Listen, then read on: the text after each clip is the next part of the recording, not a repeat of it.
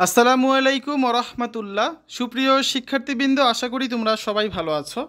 এই ভিডিওটা তৈরি করছি নবম শ্রেণীর শিক্ষার্থীদের জন্য। 2024 সালের নবম শ্রেণীর ইংরেজি বইয়ের অষ্টম অধ্যায়ের 109 পৃষ্ঠার সমাধান নিয়ে আজকে আমরা আলোচনা করব। Class 9 English chapter 8 page 109 imaginations activity 8.1.1।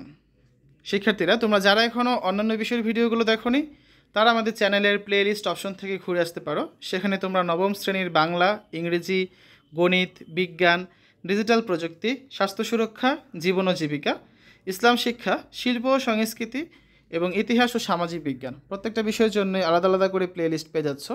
এখান থেকে তোমাদের যে যে বিষয়ের ভিডিও দরকার খুব সহজেই তোমরা দেখে নিতে পারবে। Class 9 English chapter 8 imaginations Activity 8.1.1 Suppose you have discovered a huge hidden treasure or got any superpower. মনে করো তুমি বিশাল গুপ্তধন পেয়েছো, খুঁজে পেয়েছো অথবা কোনো অতিমানবীয় শক্তির অধিকারী হয়েছো। নাও ইন পেয়ার্স অর গ্রুপস, তো এখন তোমরা জোড়ায় বা দলে discuss and write the answers to the following questions, আলোচনা করো এবং নিচে কিছু প্রশ্ন আছে এগুলোর উত্তরগুলো লেখো। ঠিক আছে? এখানে আমার 3টা প্রশ্ন আছে। Number 1, what treasure or super power have you got? Number 2, how did you feel after getting the treasure or super power? Number 3, what is your plan with the treasure or super power? অর্থাৎ প্রশ্নগুলো কি, তুমি কোন গুপ্তধন খুঁজে পেয়েছো বা কোন অতিমানবীয় শক্তির অধিকারী হয়েছো। তারপর দ্বিতীয় প্রশ্নটা হচ্ছে যে এটা পেয়ে তোমার কাছে কেমন লাগছে, তুমি কেমন বোধ করছো। তৃতীয়টা হচ্ছে তোমার এই যে তুমি অতিমানবীয় শক্তির অধিকারী হয়েছো বা যে গুপ্তধন খুঁজে পেয়েছো এটা নিয়ে তোমার পরিকল্পনা কী। এই 3টা প্রশ্ন তো তোমাকে লিখতে হবে। এখন এখানে খেয়াল করে দেখো, তোমাকে যেহেতু এখানে বলা আছে এটা একটা পেয়ার ওয়ার্কস বা এটা একটা গ্রুপ ওয়ার্কস, তুমি যদি পেয়ার ওয়ার্কস করো তাহলে স্টুডেন্ট 1 এবং স্টুডেন্ট 2 এর মধ্যে একটা ডায়লগ অনুযায়ী তোমাকে এটা লিখতে হবে। সাপোজ তুমি স্টুডেন্ট 1 এবং তোমার বন্ধু স্টুডেন্ট 2। শুরু করলে ধরো তুমি যে হাই বা গুড মর্নিং, সে তোমাকে অ্যান্সার দিল যে গুড মর্নিং বা হাই হাউ আর ইউ, এইটাবে 2-1 লাইন শুরু করে তারপর হচ্ছে তোমরা একজন কোয়েশ্চেন করবে আর একজন অ্যান্সার করবে। সে আবার ধরো তোমাকে 2 নম্বর কোয়েশ্চেনটা করলো, তুমি তার অ্যান্সার দিলে। এভাবে করে 3টা কোয়েশ্চেন অ্যান্সারিং কোয়েশ্চেন দেওয়ার পর শেষে তুমি বললো okay that's a good idea, thank you, সে বললো ওয়েলকাম, শেষ বা বাই বাই, শেষ করে দেবে। আর যদি বলে গ্রুপ ওয়ার্কস, সেক্ষেত্রে তোমাদের হচ্ছে এখানে মনে করো 5 জন বা 6 জন স্টুডেন্ট থাকবে। স্টুডেন্ট 1 একটা প্রশ্ন করলো, স্টুডেন্ট 2 তার উত্তর দিল, স্টুডেন্ট 3 আরেকটা প্রশ্ন করলো, স্টুডেন্ট 4 তার উত্তর দিল। এভাবে করে গ্রুপ ওয়ার্কের মাধ্যমে কাজটা শেষ করতে হবে। ঠিক আছে?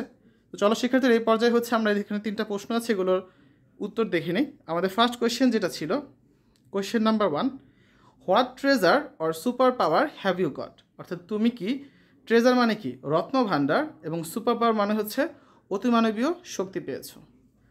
তুমি কি বা কোন কোন রত্ন ভাণ্ডার অতিমানবীয় শক্তি পেয়েছো, এটা হচ্ছে কোয়েশ্চেন। তো এটার অ্যান্সারটা কী হতে পারে? I have got some hidden treasure, আমি কিছু গুপ্তধন পেয়েছি। Actually I found it beside our pond, আসলে আমি এটা আমাদের পুকুরের ধারে এটা পেয়েছি। ঠিক আছে? ইউ নো মাই অ্যানসেস্টর্স ওয়ার জামিনদার্স, তুমি জানো আমার পূর্বপুরুষেরা ছিল জমিদার। অ্যানসেস্টর্স মানে কি? অ্যানসেস্টর মানে হচ্ছে পূর্বপুরুষ। I found a jar of gold coins, আমি এক কলস স্বর্ণমুদ্রা পেয়েছি। জার মানে হচ্ছে কি কলস। I think someone hide it to protect it from the robbers, আমার মনে হয় দস্যুদের, রবার্স মানে হচ্ছে দস্যুদের কাছ থেকে রক্ষা করতে মানে প্রোটেক্ট করতে কেউ এটিকে লুকিয়ে রেখেছিল। হাইড বা হিট এর মানে হচ্ছে কি লুকিয়ে রাখা। এইগুলো আমাদের ফার্স্ট কোয়েশ্চেন। তারপর আমাদের সেকেন্ড কোয়েশ্চেন যেটা ছিল, how did you feel after getting the treasure or super power? অর্থাৎ এই যে ট্রেজার বা রত্ন ভাণ্ডার এবং সুপার পাওয়ার বা অতিমানবীয় শক্তি পাওয়ার পর হাউ ডিড ইউ ফিল মানে তুমি কেমন বোধ করেছিলে, এটা হচ্ছে আমাদের কোয়েশ্চেনটা। তার অ্যান্সারে কী লেখা যেতে পারে যে ইট ওয়াজ আনবিলিভেবল, এটা ছিল অবিশ্বাস্য। সাপোজ তুমি যখন কোনো একটা রত্ন ভাণ্ডার খুঁজে পাবে মানে ট্রেজার খুঁজে পাবে, তোমার কাছে তো জিনিসটা খুব কৌতূহলী মনে হবে, তাই না? তো ওইটাই আর কি, ইট ওয়াজ আনবিলিভেবল, এটা অবিশ্বাস্য ছিল। I imagined myself as a treasure hunter and that I would go to distant places to find treasures, তো আমার তখন নিজেকে একজন গুপ্তধন সন্ধানী হিসেবে মনে হচ্ছিল।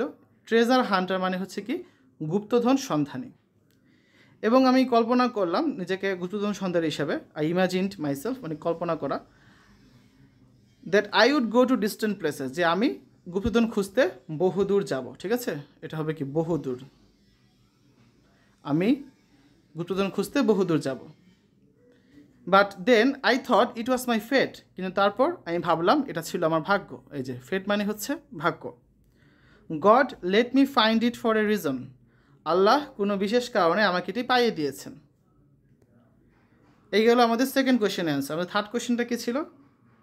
What is your plan with the treasure or super পাওয়ার? এই যে তুমি যেই গুপ্তধনটা পেয়েছো বা অতিমানবীয় শক্তি পেয়েছো, এটা নিয়ে তোমার পরিকল্পনা কী? হোয়াট ইজ ইউর প্ল্যান, ঠিক আছে। Answer, I think this is our national asset and not mind. আমি মনে করি এটা আমাদের জাতীয় সম্পদ। ন্যাশনাল অ্যাসেট মানে হচ্ছে জাতীয় সম্পদ, আমার নয়, ঠিক আছে। So I want to donate the treasure to the national museum authority. তাই আমি আমাদের জাতীয় জাদুঘর কর্তৃপক্ষকে, মানে ন্যাশনাল মিউজিয়াম অথরিটি মানে হচ্ছে কর্তৃপক্ষকে I want to donate the treasure, আমি এই গুপ্তধন দান করতে চাই। ডোনেট মানে হচ্ছে দান করা। If the government wants to give me some reward for this, I will donate the money to a charity, maybe a school for autistic children or those who work for the helpless. কী বলেছে খেয়াল করো, if the government wants to give me some reward for this, যদি সরকার আমাকে এজন্য পুরস্কৃত করতে চায়। Give me some reward, reward মানে কি? পুরস্কার দেওয়া বা পুরস্কৃত করা।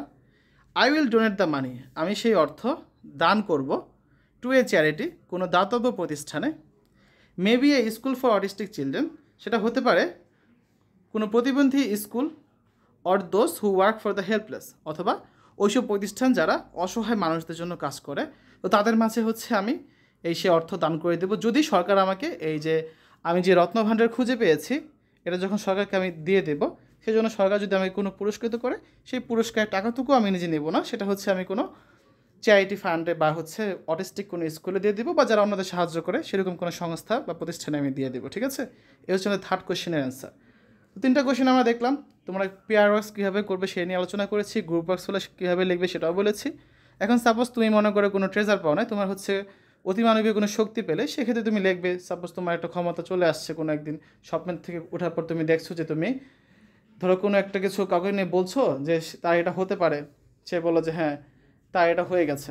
ওইরকম অনেক সময় হয়, তোমার দু একটা কথা লেগে যায় কারো ক্ষেত্রে, তোমার কাছে মনে হচ্ছে তোমার অতিমানবীয় শক্তি, তুমি লিখতে পারো। বাট বেস্ট হয় তুমি যদি এখানে হিডেন ট্রেজারটা নিয়ে লেখো, ঠিক আছে, যেটা আমি লিখলাম যে গুপ্তধন নিয়ে।